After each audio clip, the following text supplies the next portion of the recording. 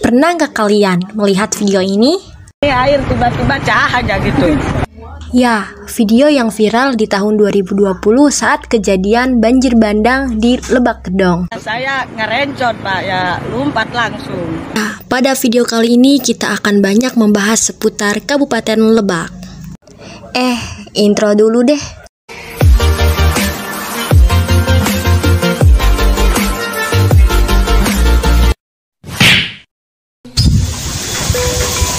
Assalamualaikum warahmatullahi wabarakatuh. Halo Sobat Indonesia, dimana we ayana, kumaha damang, mugia sehat selalu ya. Perkenalkan, nama aku Nyanyi Lani Sabila dari jurusan Pendidikan Fisika angkatan 2020 Universitas Sultan Ageng Tirtayasa. Nah, pada video kali ini kita akan banyak membahas mengenai Kabupaten Lebak, mulai dari kuliner, visi misinya, objek wisata, dan yang lain sebagainya. Nah, maka dari itu bagi teman-teman, tenghilap tonton Dugi Karengseng. Visi dan misi Kabupaten Lebak 2019 sampai dengan 2024. Visi: Lebak sebagai destinasi wisata unggulan nasional berbasis potensi lokal. Misi: yang pertama, meningkatkan kualitas dan daya saing SDM. Yang kedua, meningkatkan produktivitas perekonomian daerah melalui pengembangan pariwisata. Yang ketiga, meningkatkan ketersediaan infrastruktur wilayah. Yang keempat, meningkatkan kualitas lingkungan hidup. Dan yang terakhir, mewujudkan tata kelola pemerintah yang baik. Mengenai Lebak, Lebak merupakan kabupaten paling luas di Banten dan terluas kelima di Pulau Jawa. Ibu kotanya adalah Rangkas Bitung. Kabupaten ini berbatasan dengan Kabupaten Serang dan Kabupaten Tangerang di utara, Provinsi Jawa Barat di timur, Samudra Hindia di selatan, serta Kabupaten Pandeglang di barat. Kabupaten Lebak terdiri atas 28 kecamatan yang dibagi lagi atas 340 desa dan 5 kelurahan. Pusat pemerintahan di Kecamatan Rangkas Bitung yang berada di bagian utara wilayah kabupaten.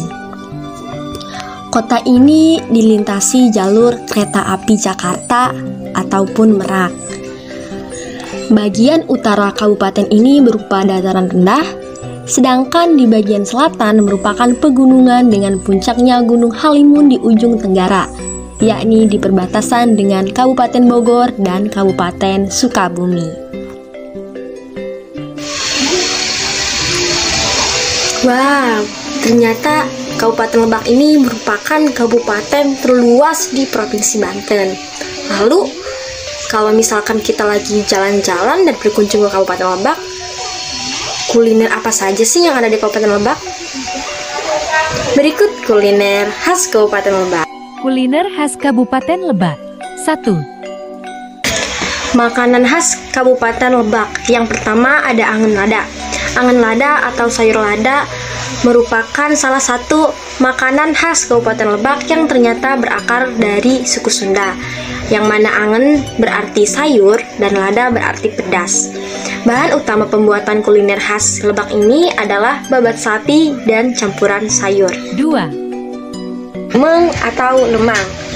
Lemeng merupakan kuliner khas Malingping, Lebak, Banten yang terbuat dari beras ketan dicampur dengan bumbu-bumbu yang kemudian diberi santan kelapa kental dan dimasukkan ke dalam ruas-ruas bambu yang sudah dipotong sedemikian rupa. Setelah semua bahan selesai dimasukkan ke dalam, kemudian bambu yang sudah terisi dengan semua bahan tersebut dibakar di perapian dengan amat hati-hati. 3. Sate bebek. Nah, sate bebek ini adalah salah satu makanan khas Cibeber, sebuah kecamatan di Kabupaten Lebak. Sate bebek pada umumnya sama saja dengan sate biasa, tetapi sate ini menggunakan daging bebek serta kuahnya bukan kuah kacang atau kuah tepung, melainkan kuah yang dibuat dari gula merah yang dicampur dengan berbagai bumbu penyedap, biasanya seperti merica hitam, daun serai, kunyit, kemiri, ketumbar, dan yang lainnya. Budaya Kabupaten Lebak. salah satu budaya di Kabupaten Lebak yaitu Karnaval Kerbau. Nah, kerbau di Kabupaten Lebak saat ini masuk dalam 10 populasi terbesar di Indonesia, yang mana sebelumnya sempat menduduki peringkat kedua nasional. Untuk itu, pemerintah Kabupaten Lebak akan berkoordinasi dengan pemerintah Provinsi Banten agar kerbau-kerbau bibit unggul di Kabupaten Lebak ini memiliki sertifikasi. Bupati Lebak juga mengatakan, kerbau memiliki nilai ekonomi dan sejarah yang tinggi bagi masyarakat Kabupaten Lebak. Terbukti, di dalam buku Max Chevrolet terdapat cerita bahwa kerbau milik Seija diambil paksa untuk membayar pajak. Ini merupakan bukti bahwa masyarakat sejak zaman kolonial, kerbau termasuk hewan yang istimewa dan bernilai tinggi. Kerajinan tangan Kabupaten Lebak.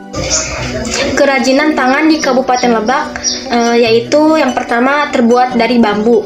Nah, produk kerajinan ini meliputi miniatur-miniatur, lalu ada piring lidi, lampion, kipas angin, tampan untuk menyimpan makanan, tempat nasi atau yang sering kita sebut dengan boboko, dan tempat-tempat lainnya misalnya seperti nyiru yang dianyam terlebih dahulu dan dibentuk dengan menggunakan bahan yang terbuat dari alam yaitu bambu.